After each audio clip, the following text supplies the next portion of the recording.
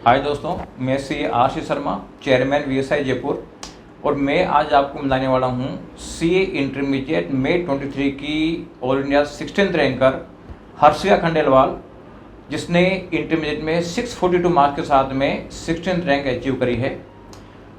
हर्षिका, कैसा लगा आपको?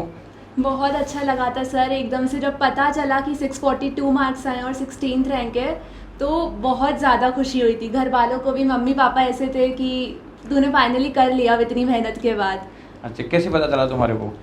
सर सुबह से ही व्हाट्सएप ग्रुप पे डिस्कशन हो रहे थे दोस्तों के साथ कि आने वाला है आने वाला है। फिर अचानक से एक दोस्त ने कहा कि आ गया, तो फिर मैंने अब देखा आ गया तो फिर डाला रोल नंबर वगैरह वगैरह और फिर सामने था कि 642 मार्क्स और फिर रैंक चेक फिर किया। रैंक चेक करी, मैंने समझ गई थी कि रैंक। चलो, बहुत खुशी की बात है। आपने पेरेंट्स का नाम भी रोशन किया है और हमारा वीएसआई का नाम भी रोशन किया है।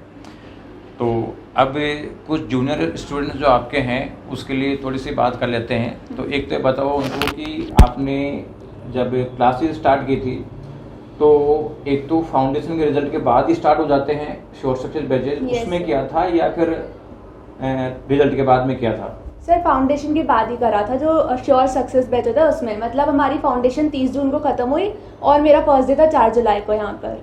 तो अर्ली करने से क्या आपको बेनिफिट मिला? कुछ रिविजन करने का टाइम मिला या कुछ ऐसा? पूरा 1 महीने का अर्ली हुआ था, 1 महीना और 10 दिन करके कुछ मेरा जल्दी स्टार्ट हो गया था। तो ऑब्वियसली हमारा जब कोर्स एंड हुआ उसके बाद मेरे पास 4 महीने फिर भी थे जिसमें मैंने खुद ने पढ़ाई करी। और जिन्होंने बाद में लिया था, जैसे कि मेरा एक दोस्त था, उसके पास सिर्फ 3 महीने थे, तो उससे मेरा प्रेशर भी कम हुआ और रिविजन बहुत ढंग से हो पाया। 1 रिविजन एक्स्ट्रा हो पाया मेरा, तो उससे बहुत इम्पोर्टेंट है। रिविजन बहुत इम्पोर्टेंट है। टाइम बच्चों को मिलना बहुत जरूरी होता है, तो इसका बेनिफिट मिला मतलब। और अब ये बताओ कि जब क्लासेस आपकी चल रही थी, आपने फेस टू फेस क्लासेस ली हैं? Yes sir. तो उस समय आपने किस तरीके से वर्किंग करते थे? कितने घंटे की क्लास चलती थी? कितने घंटे स्टडी करते थे, सेल्फ स्टडी करते थे? तो सर यहाँ पर वीएसआई में हमारी 8 घंटे की क्लासेस चलती थी। उसके बाद मैं 4 साढ़े 4 बजे तक घर पे पहुँचती थी। उसके बाद मेरा होता था कि वीएसआई में हमें जो भी होमवर्क मिला है मैं सबसे पहले तो वो करती थी। उसके बाद अगर प्रैक्टिकल सब्जेक्ट में टीचर्स ने कुछ क्लास वर्क में क्वेश्चंस करवाए हैं तो मैं घर जाकर उसे खुद से करती थी। और जो थ्योरेटिकल में सर ने हमें पढ़ाया था तो घर जाकर उसको रिवाइज करती थी उनके नोट से और फिर बुक से।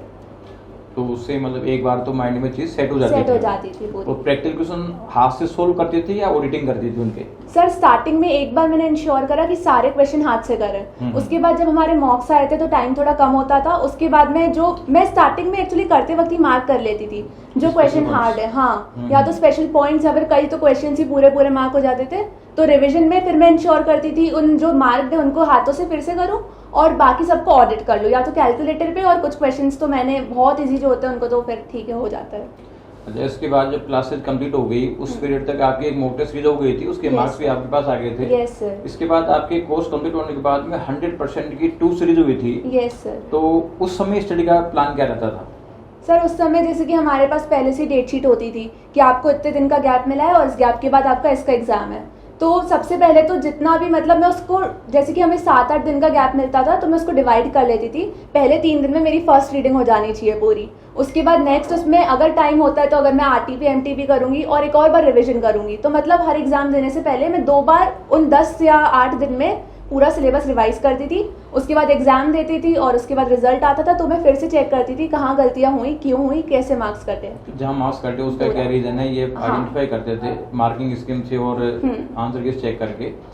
तो इसमें जो ये शेड्यूल मिलता था उसमें कोर्स कंप्लीट रिवाइज हो जाता था या कुछ चैप्टर बचते थे जिसका रिवीजन नहीं हो पाता था?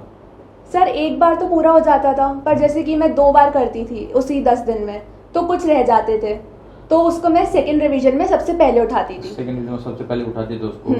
अच्छा, एक बात बताओ कि जब सेकंड टेस्ट सीरीज थी उस समय तुम्हारे कुछ मार्क्स कम हुए थे 2-3 सब्जेक्टों में स्टार्टिंग में, क्या रीजन था उसका? सर बस वही एकदम से अंडर कॉन्फिडेंट हो जाते हैं। कई बार दोस्तों के अच्छे मार्क्स आ जाते हैं तो हम घबरा जाते हैं, तो फिर उससे स्टडीज पे कंसंट्रेट नहीं होता, रिजल्ट पे ज्यादा होता है कि मार्क्स नहीं आ रहे हैं, तो इस वजह से और कम हो गए थे वो सर। कॉन्फिडेंस रखना बहुत जरूरी है। इससे समझ बैठे ना कि आप अपने आप को अंडर एस्टिमेट नहीं कर सकते, क्योंकि अंडर एस्टिमेट करोगे तो उसमें प्रॉब्लम आएगी।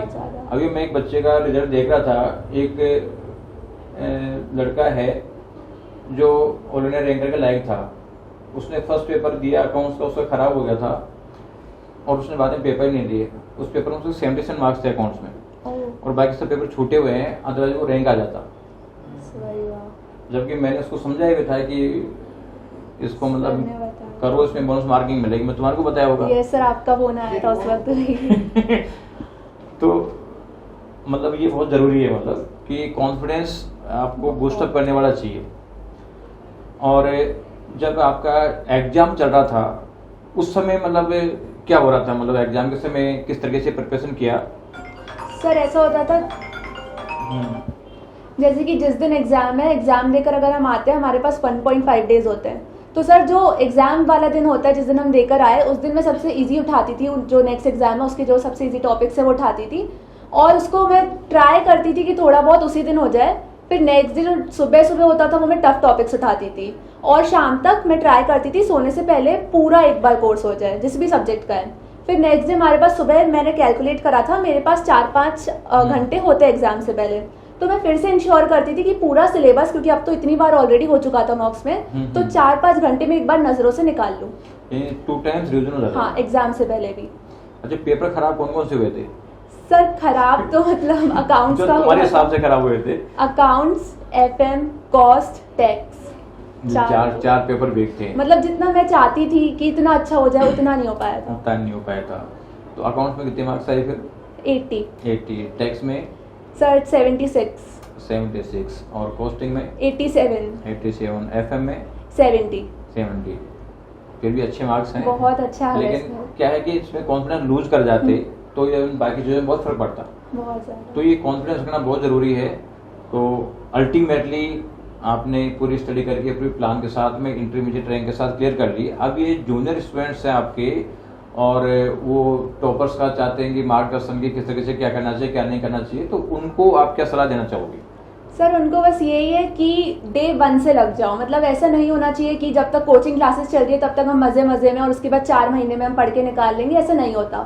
आपको डे 1 से लगना पड़ता है। जो हमें कोचिंग में बताया जा रहा है वो पूरा आकर घर पे करने का ट्राई करें, एटलीस्ट होमवर्क तो पूरा करें। उसके बाद जब आपकी कोचिंग ओवर हो जाए तो प्रॉपर प्लानर बनाएं कि कैसे आप अपना मॉक टेस्ट में करेंगे। उसका प्रॉपर स्केड्यूल होना चाहिए, अच्छे खासे मॉक टेस्ट दे, कम से कम 2 तो दें पूरे। उसके बाद ICI की जो पास्ट ईयर पेपर्स होते हैं, MTPs होती हैं, RTPs होती है, उन सबको भी देखें आप। तो अगर ऐसे करते रहेंगे, कंसिस्टेंटली करते रहेंगे, थोड़ा डिसिप्लिन मेंटेन करेंगे तो आराम से ही निकल जाता है। बहुत बहुत शुभकामनाएं आपको। Thank you sir. और इंटरव्यू।